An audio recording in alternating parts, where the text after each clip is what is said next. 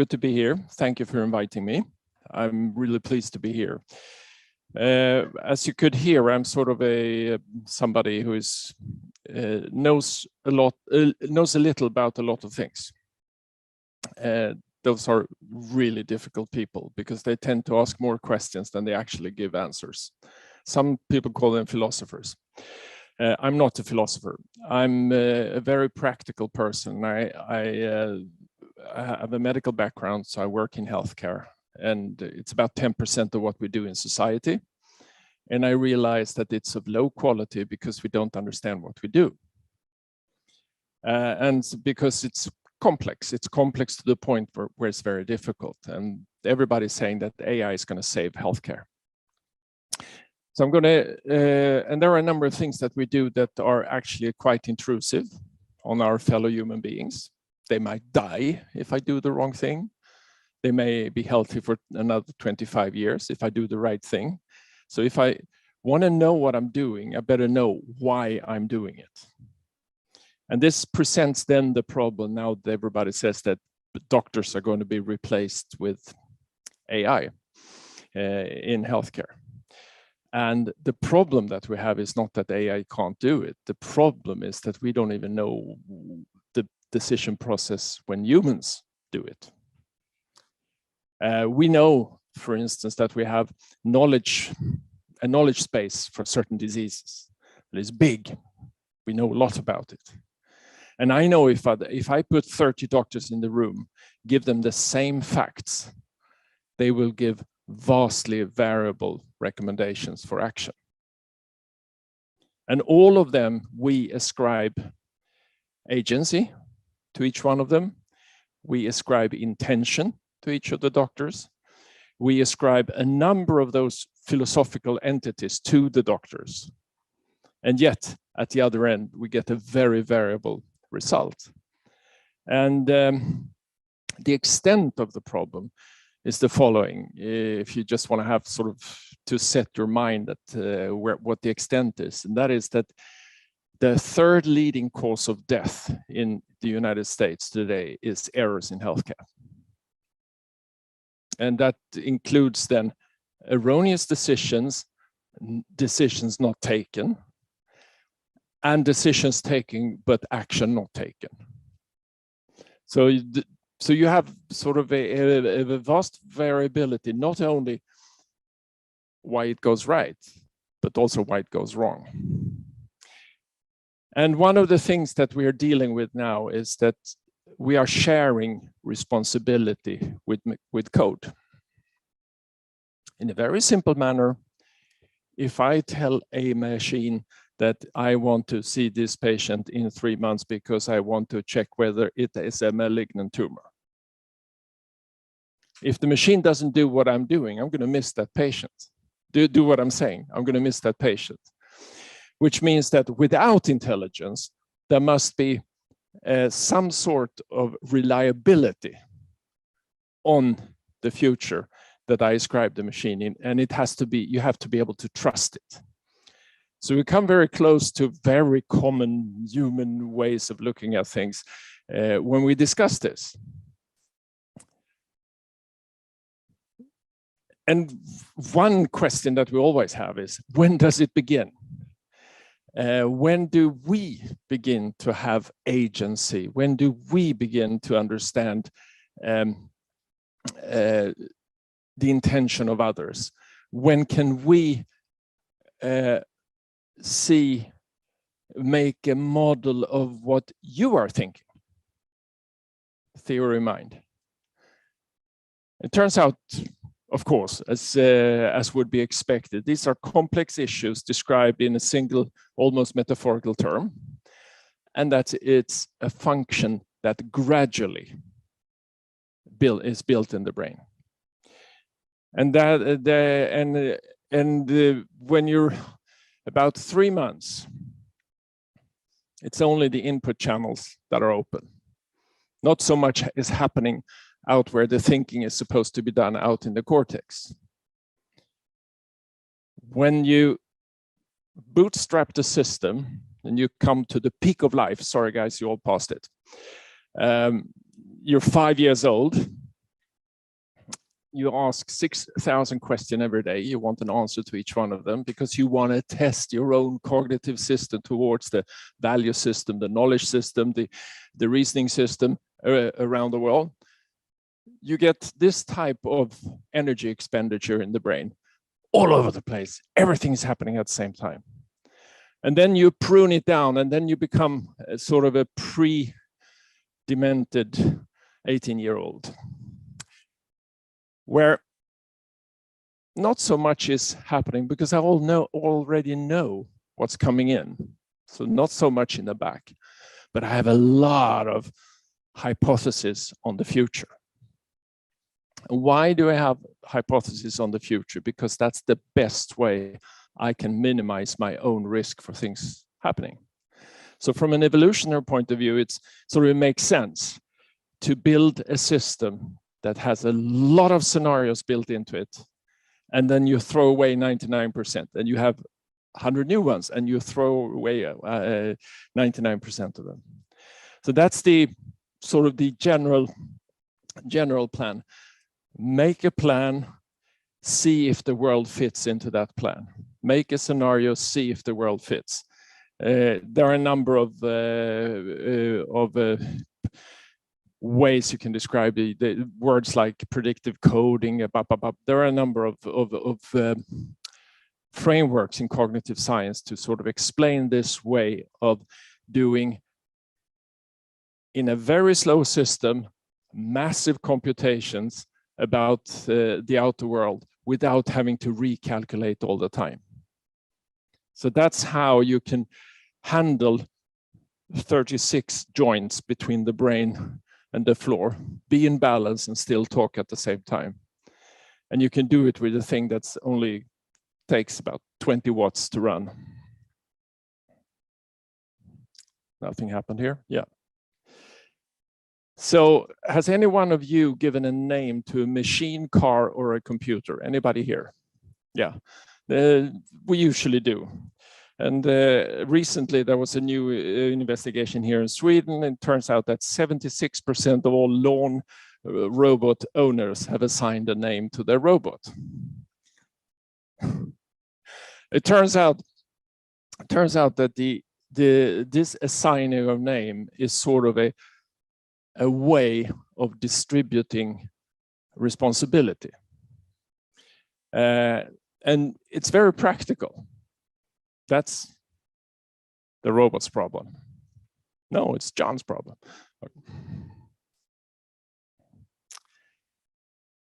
Another thing that is of real interest is the internal knowledge building when it comes to medicine or healthcare or any knowledge process. And that is that we have to build a decision based on incomplete data.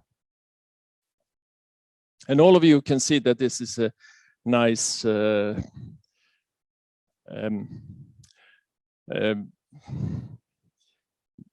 man in bronze,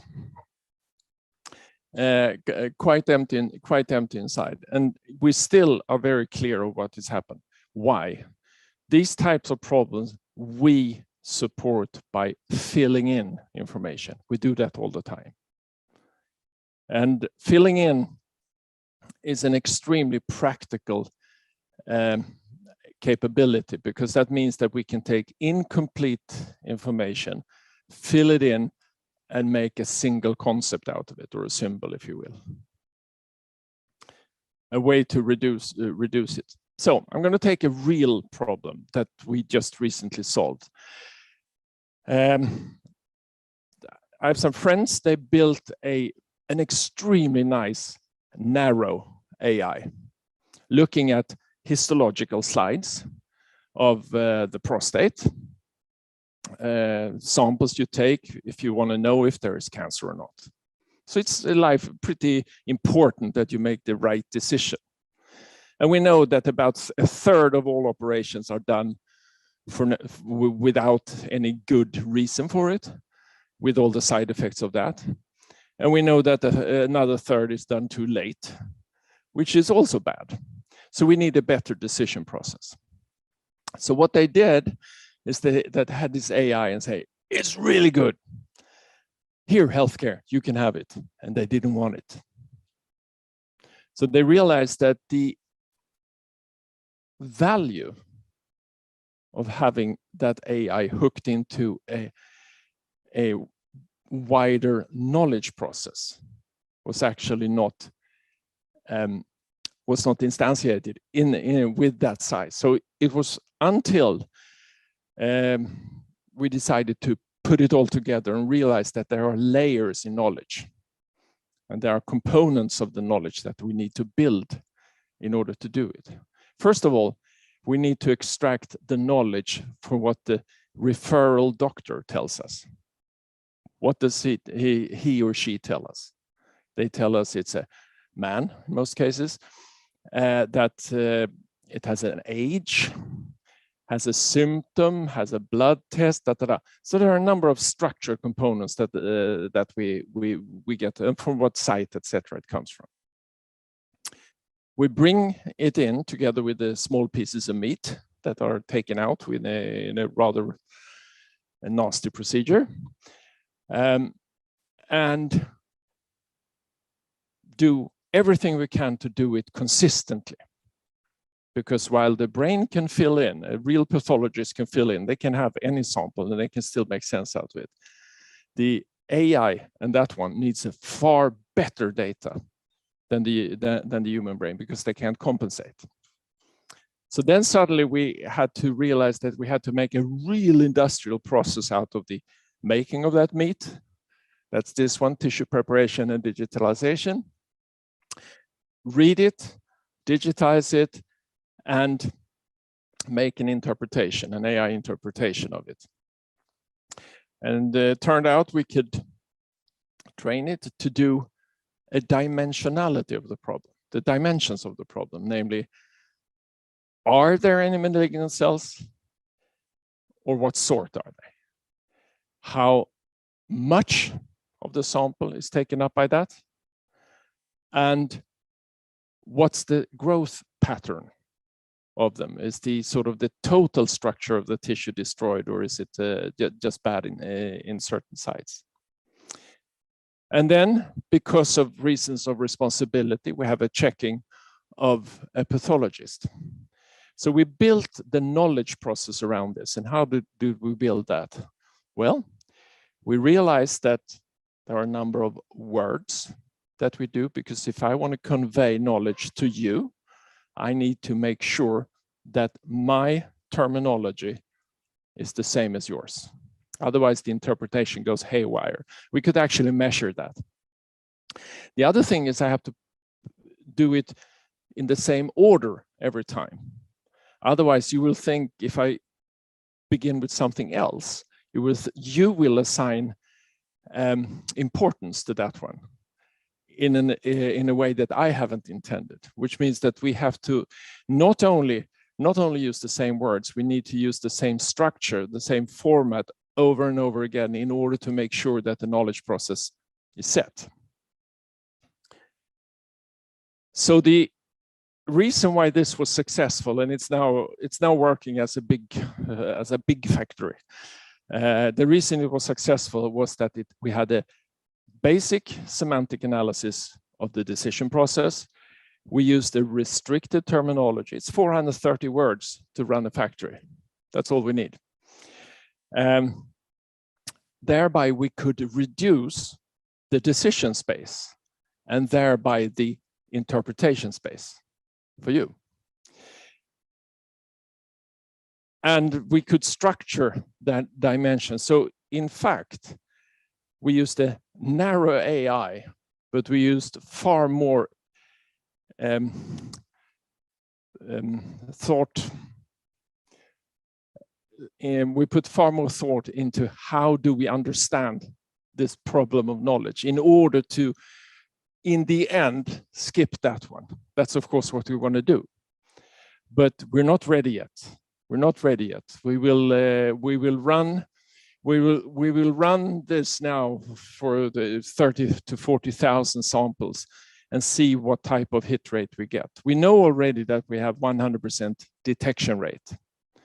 We know also that we have 97% selectivity. But we're not perfect yet, and it needs to be perfect because we assign responsibility to this model. Here we can hang a pathologist, and a pathologist can always say, well, that's the way it looked when I looked at it, full stop. And that's what we assign in when we empower people to give those interpretations.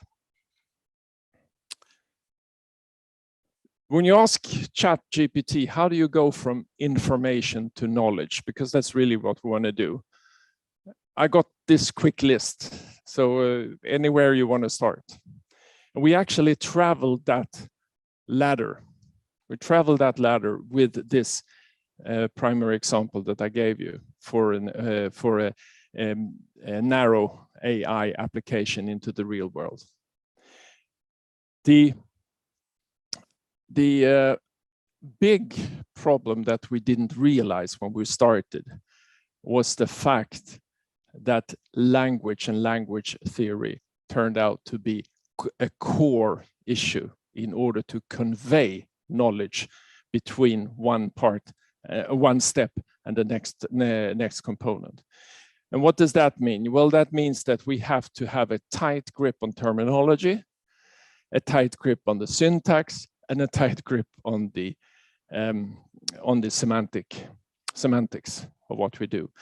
And since we're not sitting in the same room, we need to solve that also in asynchronous communication, i.e., I type it into a machine, or I talk to a machine, or a machine does the interpretation. That information mass must convey knowledge in a consistent way to the next one. And there's no way I can calibrate and see whether, I mean, if I talk to somebody and they look like, I realize that, okay, I need to explain it again. You can't do that in professional conveyance of knowledge responses.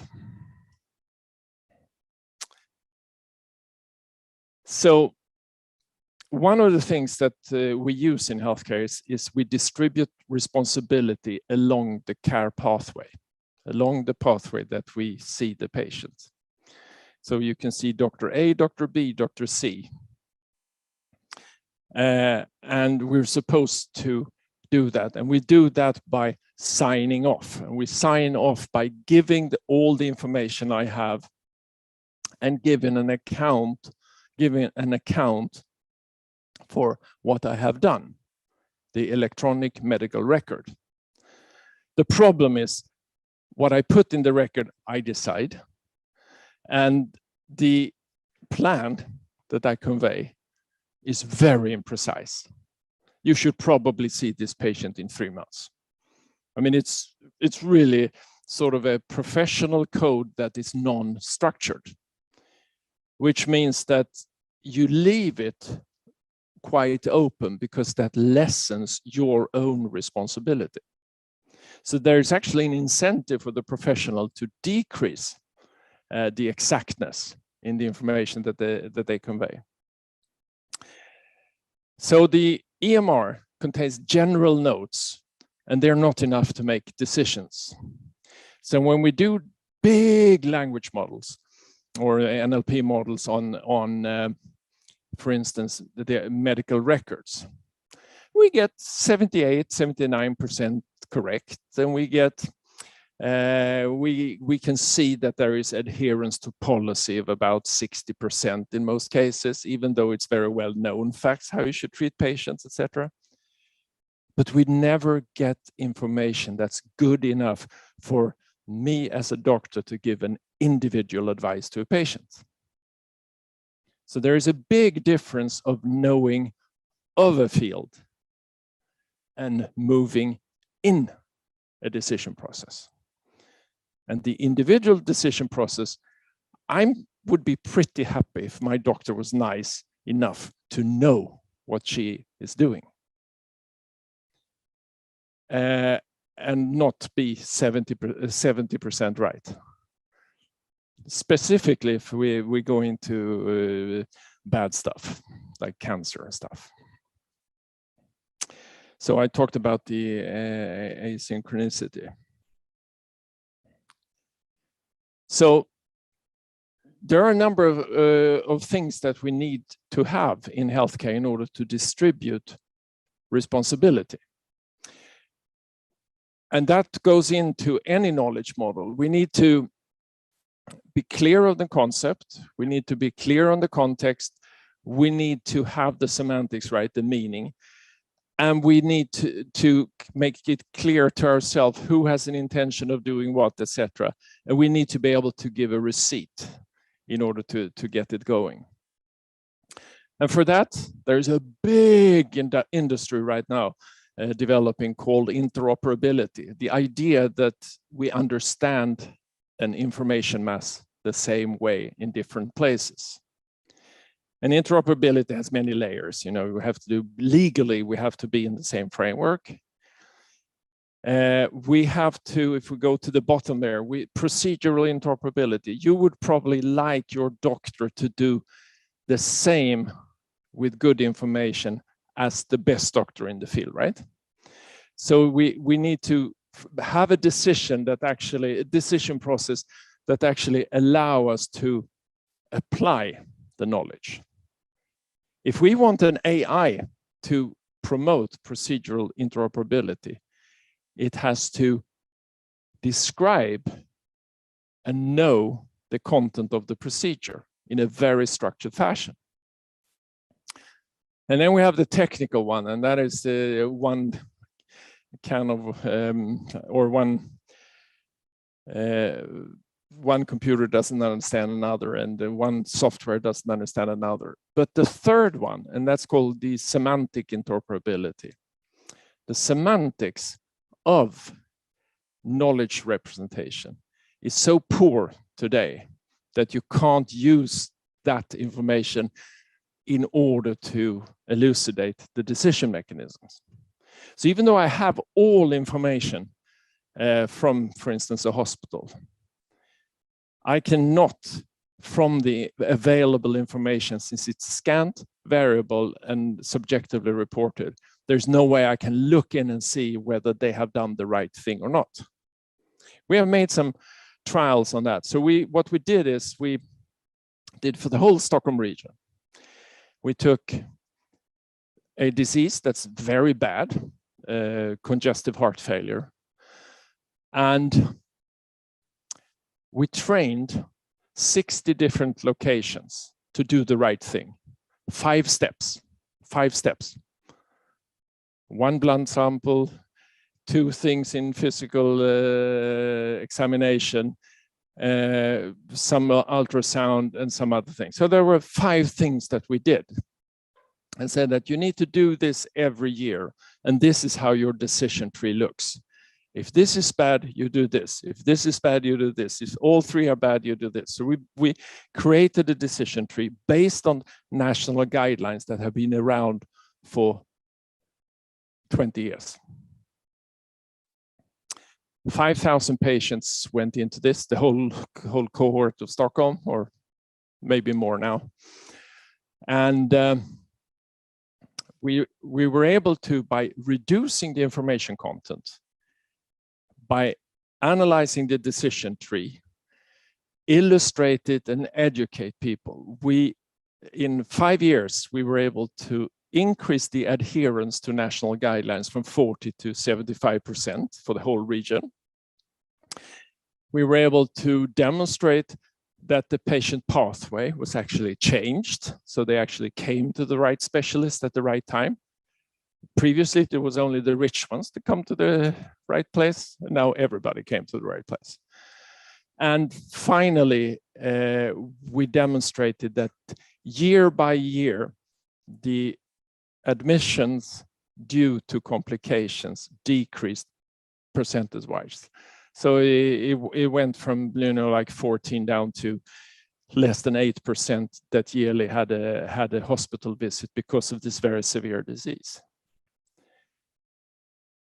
The illustration that I want to have with this one, or want to convey with this one, is the fact that we reduced the decision space specified it, and were able to communicate it, was absolutely pivotal for the success. So terminology is fun. Terminology is fun. This is a ball, and that's a ball. So we make a decision of what shoes to have. So any error in terminology will propagate into the decision space.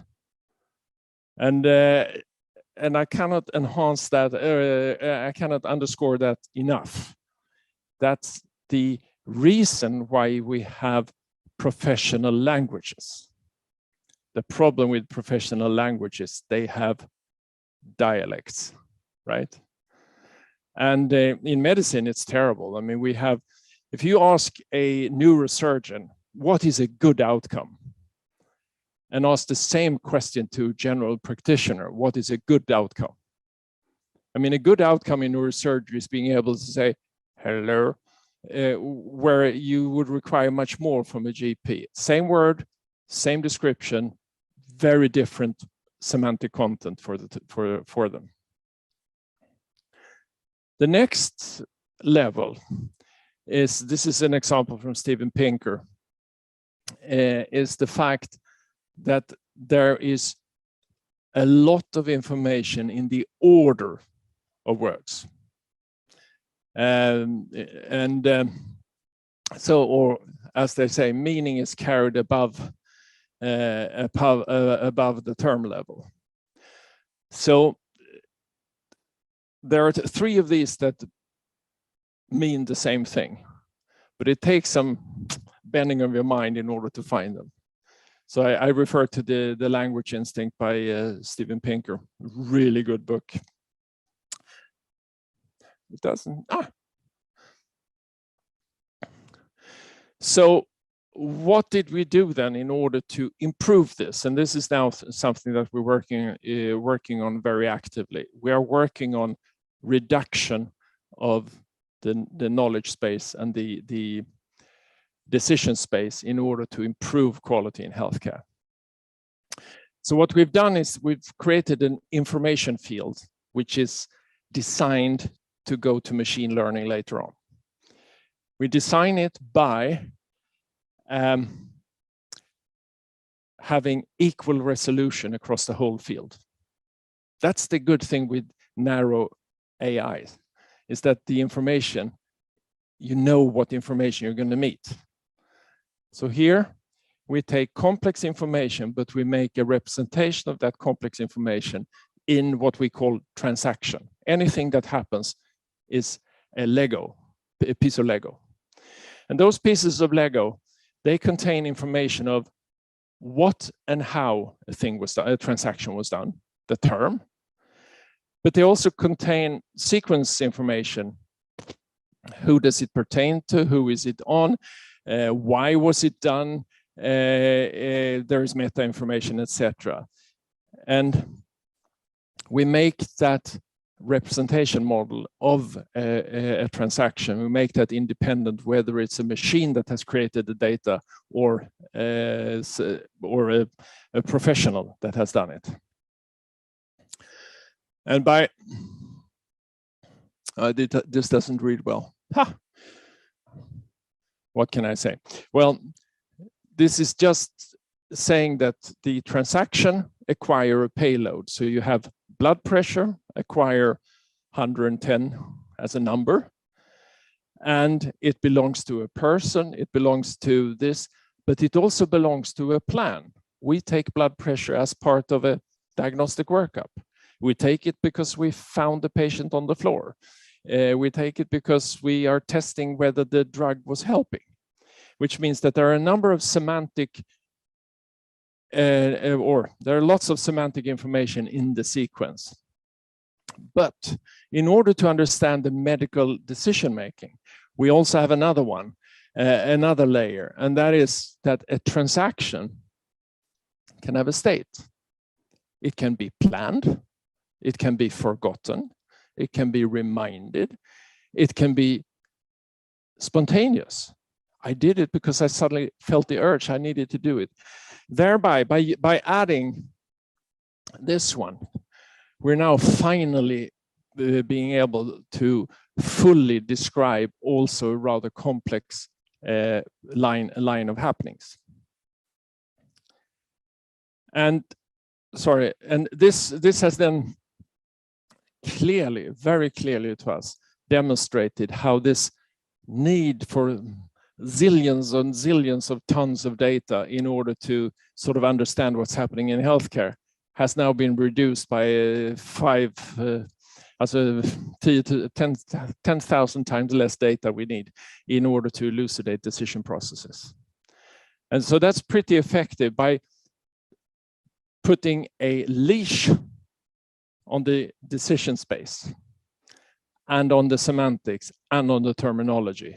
We can actually understand far more because we have a better hypothesis of how the knowledge is built within the field.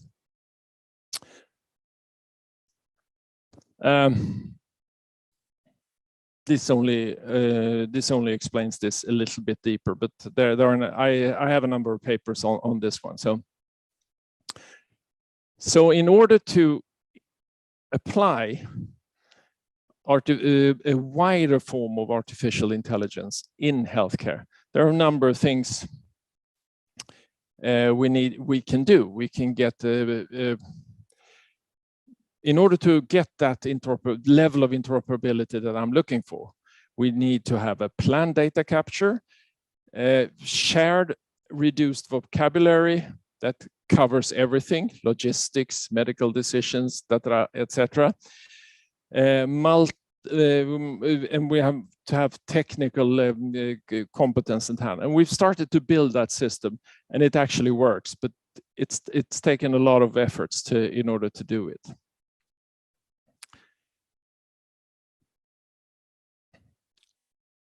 The project is interesting in a sense, because what we understand is that there are different. You have one context where you understand things. You have another context in your mind where you understand things. So what we convey is not the same as you understand. And all of us say that ChatGPT doesn't understand anything. I don't even know if you understand it. So we have one problem here, and that is that we are using the data in different contexts. We're using it in the individual space for the electronic medical record and the planning. We're using it in the professional space to tell others, in the profession, what the knowledge we have. And we have the quality work and data and studies, etc., which means that we need to plan for the knowledge that we create to be understood in different contexts. And that's something that and they're wildly varying, which means that we have to put in a lot of thoughts to that. Let's skip that one. And I've talked about that one, sorry. So let's go to this one. So this is the general model that we ended up with. And that is that in order to make sure that you understand what I'm saying, I need to plan the data so it's presented in a way that you can understand it. So we have a big planning stage where we go into legalities, we go into the evidence base, and we go into national guidelines where people decided this should be done, otherwise you're not doing it right. We instantiate that in plans that are sequences that are populated by common terms. And then we can apply that along the patient pathway. We have a general data output that's of course made so that we can put any type of machine learning on top of it. And then we can use that data in all the different contexts because we already planned for it to begin with, both legally, but above all for the understanding. That means that we have now come to a decision, or sorry, we have now come to the level where we can assign responsibility backwards, which means that if we put in an AI in a process with contingencies like this, it's possible for us to know when something was done correctly when something was done in the wrong way. And that's more control that we've had over a complex decision process than we ever had in healthcare. And the trick is very simple. We modeled the system after the brain. So instead of putting everything in the long-term memory, in the EMR there, and then bringing the data out, semantically destroyed, we did the other way around. We created a working memory, a knowledge space from which we extract data to different processes. So we use the brain trick. So the hypothesis sort of that we work with is that to ascribe intention to different phenomena is essentially a subjective risk minimization. I'm giving the lawnmower, the robot lawnmower, the name in order to sort of, I don't have to think about it. That one is taking care of itself. They usually get male names, by the way. I wonder why. We ascribe intention as a way of understanding that there's a reason for your behavior, somebody else's behavior. So it's my interpretation of how I think the future will turn out. That's really what describing intention is. And it can be, I can expect something good, I can expect something bad. And reading intention allow me to calculate risk, the environmental risk for me. The Turing test is sort of an extension of this. The Turing test is actually, and you all know it, the ability to separate something, a message or a picture or whatever, to separate what is generated by another human being or by another, or by a machine. And there are, yes. But there's a big variability in human intention. You can have strong intentions, you can have a different content in intention, you can have different values underlying your intention. And when I try to read it, I have to weigh in circumstance, context, culture, biology. And it's interesting when we look into cultural differences across the world, intentionality is described in very different ways depending on culture, and also depending on how long there has been a written language in that culture. Written language tend to, as a widespread written language tends to stabilize the intention field. And we are now, right now, dissolving that stability from the written language by means of social media. I love this one. So she can move in any direction, and she still goes in the right way.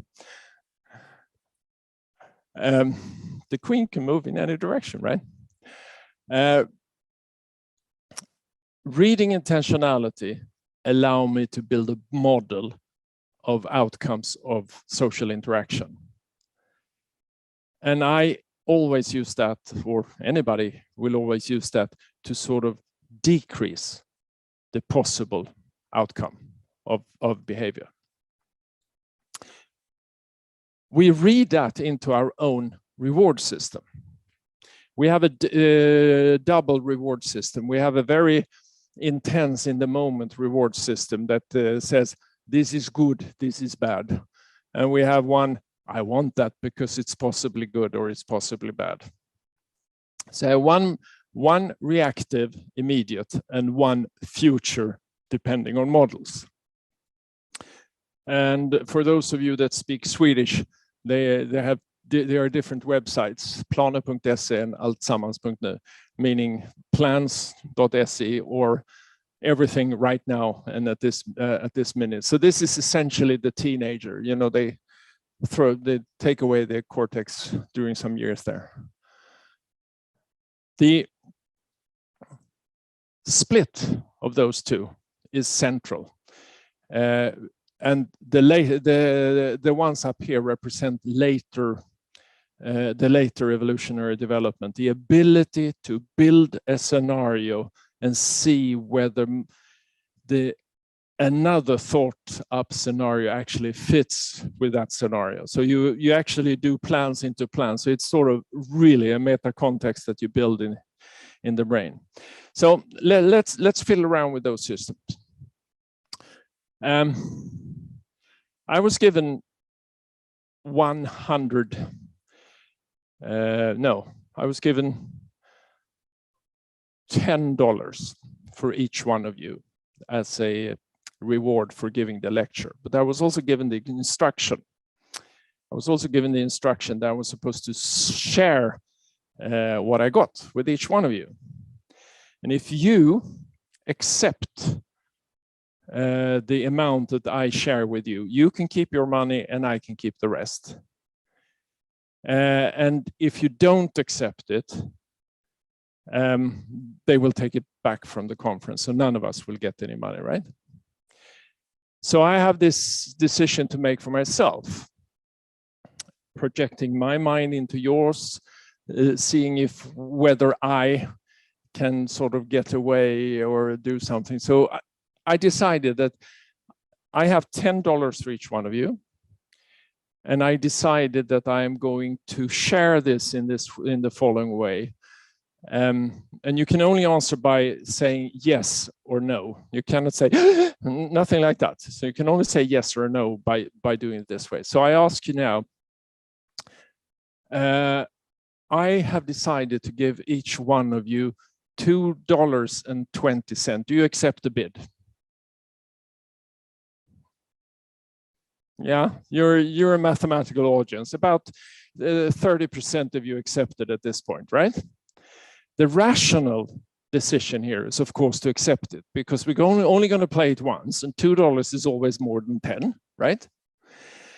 But you're good people, so you invest $2.20 in nailing that prick, so he doesn't get away with that socially unacceptable way of doing it, right?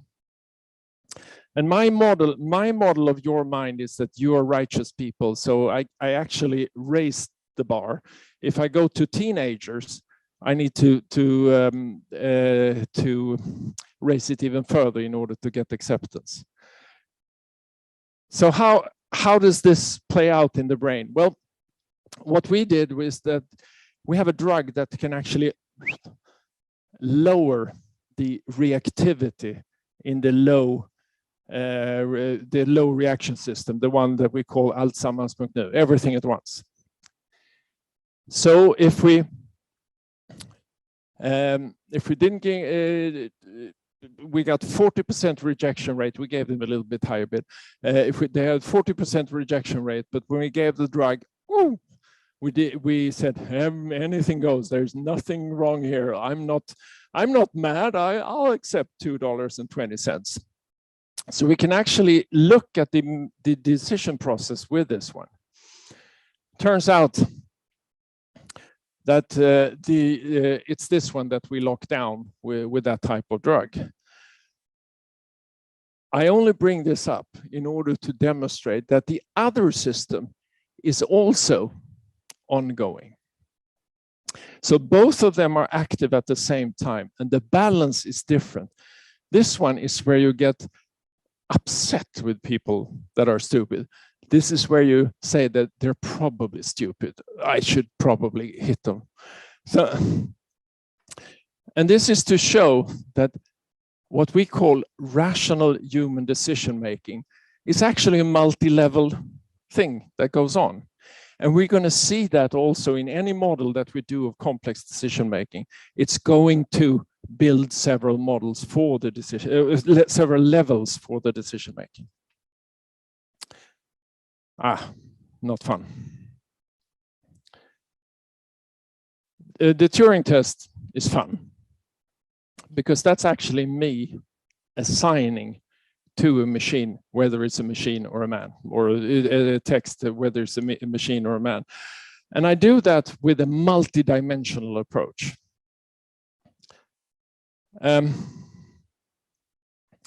And one of them is intentionality. Is it reasonable? And when you look into that, you understand suddenly that it's all about predictions, risk reward, as I said, and it reduces the number of unknowns in the social context. And it's a very economical way to handle yourself in an unknown world. Very economical. So assigning intentionality is a fundamental to our cognitive and conscious life. So how do we assign intentionality? We do it by comparing models and comparing with the incoming information, just like any other information space. And we look also at the relevance of different forms of information. Does it need to be real on the other side? Because that's one of the posits of the Turing test. Do we need to know whether it's a human or a machine on the other side? We need to know it for certain things like legal matters, etc. But do I, as a patient, care whether it was a machine or a human being that made a decision? I want to be able to punish the human being, but yeah. So we get into the exact same problem as the Tesla self-driving cars. Reduce the number of accidents with 80%. Still, we're more upset with the machine-run cars or the self-driving cars with accidents than we are with stupid people running over our cat. See, where are we? Well, we're in good time.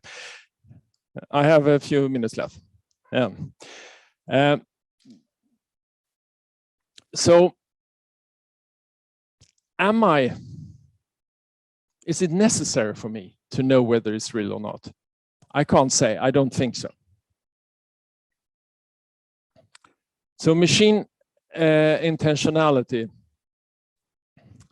is less and less controversial, I would say. It's more and more about how we understand the information coming out of it. The actual philosophical question is almost becoming academic. If anybody of you know the definition of academic, Webster Dictionary, I love it. Academic, of no particular value. It's probably only of academic interest whether AI-generated intentionality is real or simulated. Yeah, so we'll skip that. And then, so of course, being from this field of biology, you can't say anything about the brain without saying consciousness, etc. And I think that Paul Johnson summarized it. What is mind? No matter. What is matter? Never mind.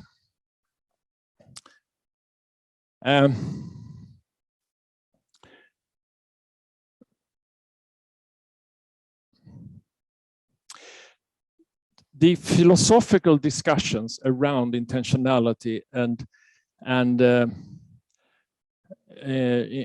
consciousness, to me, are less meaningful, being a practical person as I am, because I don't know whether somebody is conscious or not. I can only interpret them in what I see, and then I ascribe intentionality, consciousness, etc. The Turing test, i.e. separating machine code from or machine-generated thoughts from human-made, are sort of interesting. Rather primitive models have, in certain experimental setups, long time ago already sort of put the ambiguity into it, because they were really simple ones. They like the ELISA model. I mean, it's like 50 years old. But there is one experiment that I really like, and I refer now to the last discussion that was before lunch. Namely, one model was modeled to be paranoid schizophrenic, i.e. non-rational whatsoever. And it still passed the Turing test. So the expectation, it illustrates the fact that humans are not rational, and it illustrates the fact that we assign intentionality also to matters that are non-rational. Yeah, and you probably discussed this, the new language models much more than I do, so I'm not going to go into that one. Well, does it matter? Does it really matter if intentionality is real? It depends if you want to ascribe responsibility to it or if you just want to survive. In the latter case, it's your tool to survive in a very complex world. In the other one, yeah, and then you have to fully analyze the decision space like I was describing before. So intentionality means that the power of minds to represent things, properties, and states of affairs is central to human cognition. Whether machines can possess intentionality is a complex philosophical question, which means that we're never going to get an answer. Ascribing intentionality to a machine allows continuous hypothesis testing of social cost of interacting with that machine. The ability to ascribe intentionality as a behavioral predictor is the key for why intentionality has been such an important thing during human evolution. So let's pretend everything makes sense. Thank you.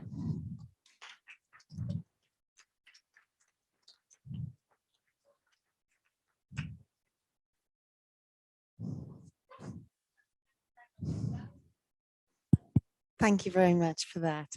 That was an absolutely brilliant, thought-provoking way to kick off the afternoon, Martin. Thank you. Really, really engaging. Do we have questions here in the room for Martin? We have. Be nice. Okay. The topic that was missing on the second part is intentional stance. And DNet may be mistaken on some things, but not on this one. That would solve 90% of your worries. On the first part, however, the notion was more subtle, and that would be objective assessment of semantic context. Huh? That would solve the first part of the problems. Thank you. What do you think? Of course, this is a question. I think both your comments are very pertinent and probably much more correct than any of the slides that I put up on this. The term objective semantic analysis is really difficult. That's what we've been trying to do in order to reduce the dimensional space. The methods at hand are not that unified at this point, so we're working on it. My wife published a book called Lost in Translation, and there are people who are experts on that. Thank you for referring me. I appreciate that. Thank you very much. Carlos Perez. Yeah, so in your lecture, you basically use standardization to increase the or make explicit the intentional information for different people within the process.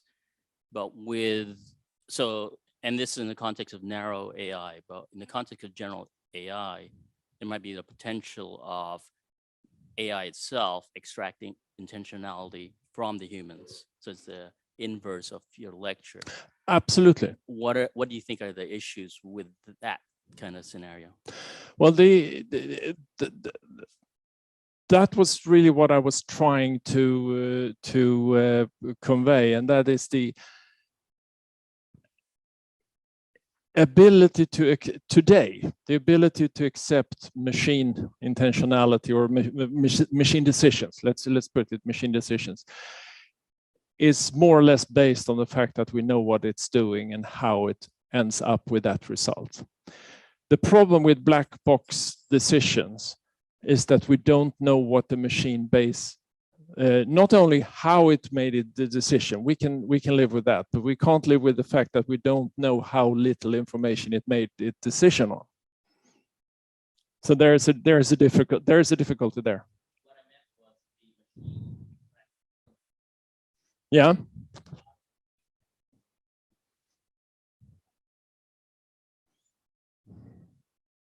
Yeah, I mean, sure. I mean, you can. Yeah. Absolutely. I mean, we do that in very restricted dimension. You can just take movement detection.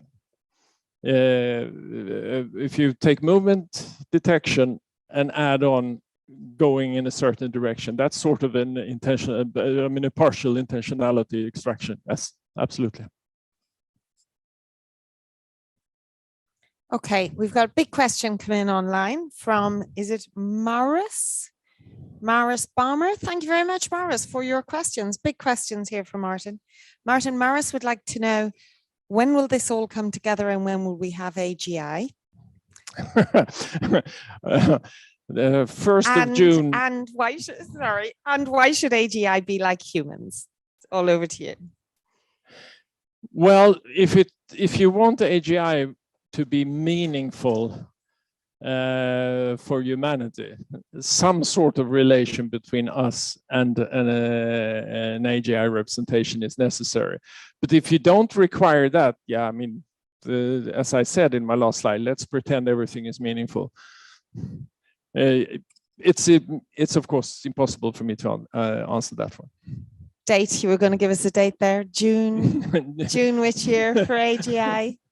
Well, the thing is, I wrote the popular science book on knowledge and knowledge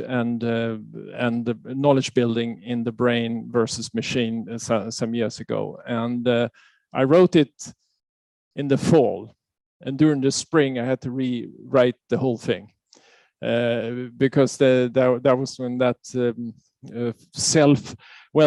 that I was speculating about the fact that an AI could teach another AI that could teach another AI, etc. And then that was published in Nature the same spring that I wrote it. So the prediction about the future, they're very good when they look backwards. Okay, thank you very much indeed. Thank you for your question, Maurice. Any more questions online, or are we ready to move to our lightning presentations? I think let's have a big hand for Martin. Thank you very much.